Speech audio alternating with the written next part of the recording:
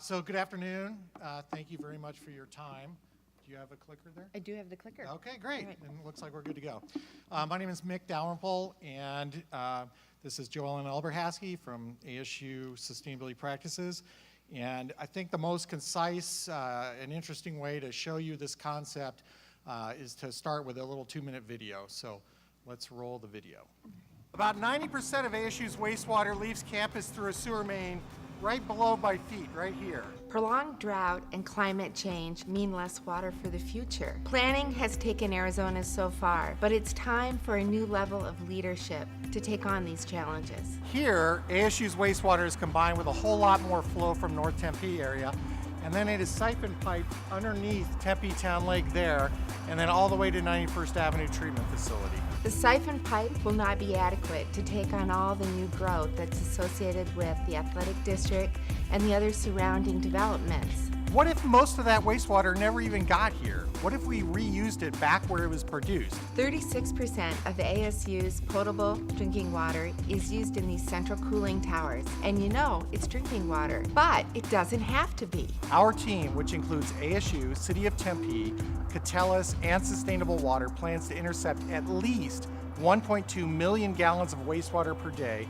with an innovative facility we're calling WaterWorks. WaterWorks is a combination of proven technologies which will treat the wastewater to non-potable standards, which can then be reused both in cooling towers and in landscaping, but then also in new dual-piped buildings. WaterWorks is modeled after Emory University and Sustainable Water's hugely successful Water Hub. WaterWorks will also serve to teach students, the public, and government officials about how wastewater treatment actually works and how it can work. By reducing ASU's potable water use by at least 36%, WaterWorks will help ASU meet its aggressive sustainability goals. And it will help Tempe address a planning need with a scalable solution that fits the vision of its leadership for a sustainable community. Water reclaimed on-site, providing the right quality of water for the right use at the right location, all while changing people's ideas about how water works. That's WaterWorks. It's a game changer, and it's pretty magical.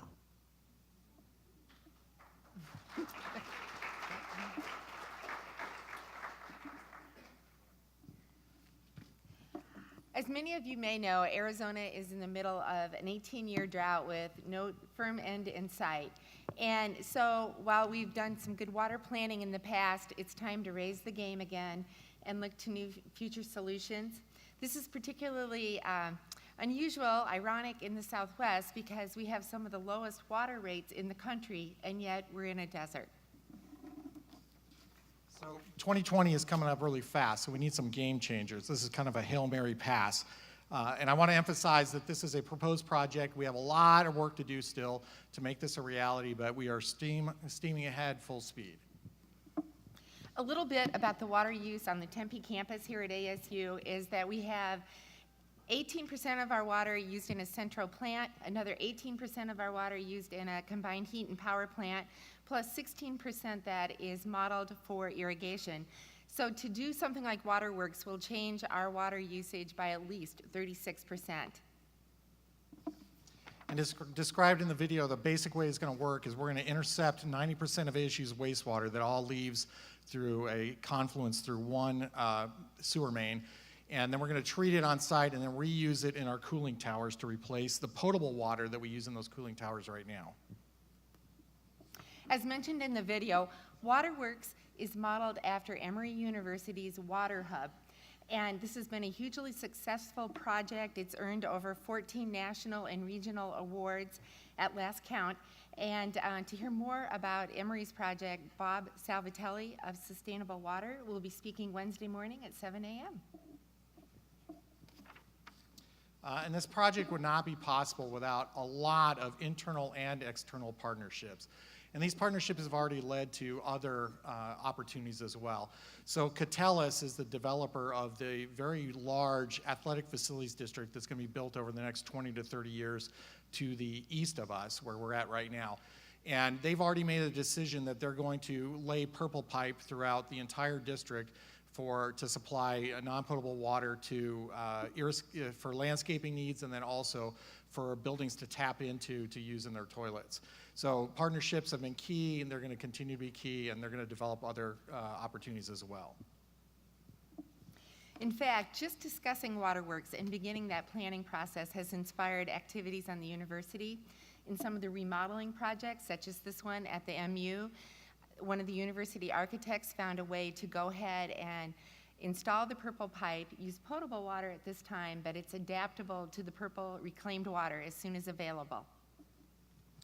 And building on what Jenny just talked about making these operational achievements also joined at the hip with the mission of the university is critical. We've already had students involved, but first, Joellen's going to talk a little bit about how research has been involved. Here at the university at ASU, we have 113 faculty who focus on water-related projects, anything from the arts to the engineering world, as well as 14 academic centers.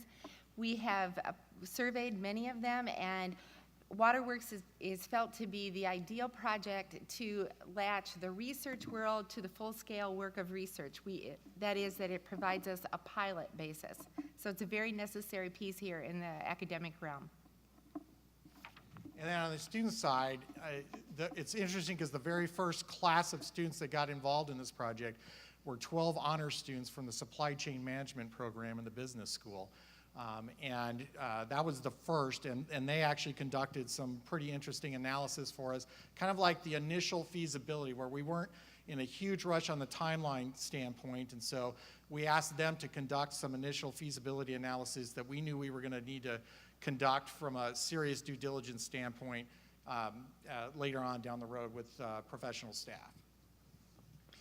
Those projects had a range of focus. We looked at the stakeholder analysis as well as a vendor analysis and then the financial analysis, all from the business students, supply chain students. Then one of the other things that popped up in this process was a mechanical engineering student who needed an honors project. And we had noticed that when we gave the business school students a tour of the central plant, they had a very hard time understanding all of the processes because they did not have an engineering background.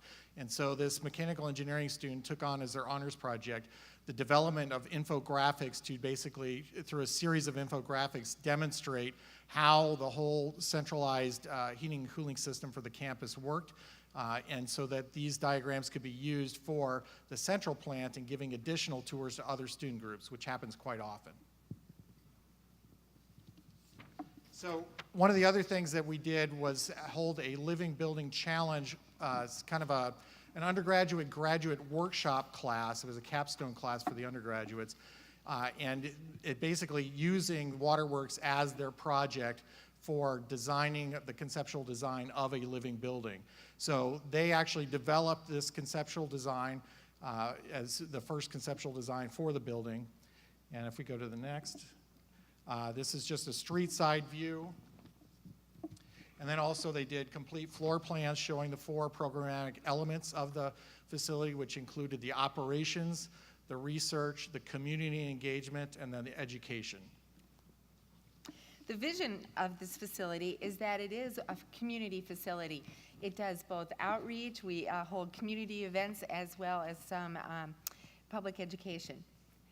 And this is just another diagram of the vision of it where, again, it's very much a community facility and a learning facility at once. So we have additional projects that are going on for the students for the future involvement of students in this project. Right now, one of the key faculty researchers who's acted as an advisor for us has a 500-level graduate civil engineering course, and that entire class is now examining the biophysical processes that happen in this treatment facility and using that as their basis of study for their class. And then additionally, we've just started discussions with a life cycle assessment class about essentially comparing the embodied energy of the current system, which is a regional wastewater treatment system, with this distributed alternative, because we know that that's one of the questions that will come up, is we already have water reuse, but it's on a regional scale, so why would we do it on a very, very local scale? And the embodied energy with the energy-water nexus is one key reason why we might need to do that, so it'll be really helpful to have this class analyze what the comparable life cycle analysis is. WaterWorks will be a game changer for ASU and allow us to reduce our water usage by at least 36% on the Tempe campus. But in no way will it meet our huge goals of 50% reduction by the year 2020. So we have other initiatives and strategies that we're undertaking as well to do in parallel to make up the rest of that slice of pie. We don't have time to talk about them today, but hopefully we'll be able to come back to you in a couple of years and show some very positive results and about getting this further down the road. Thank you. Thank you.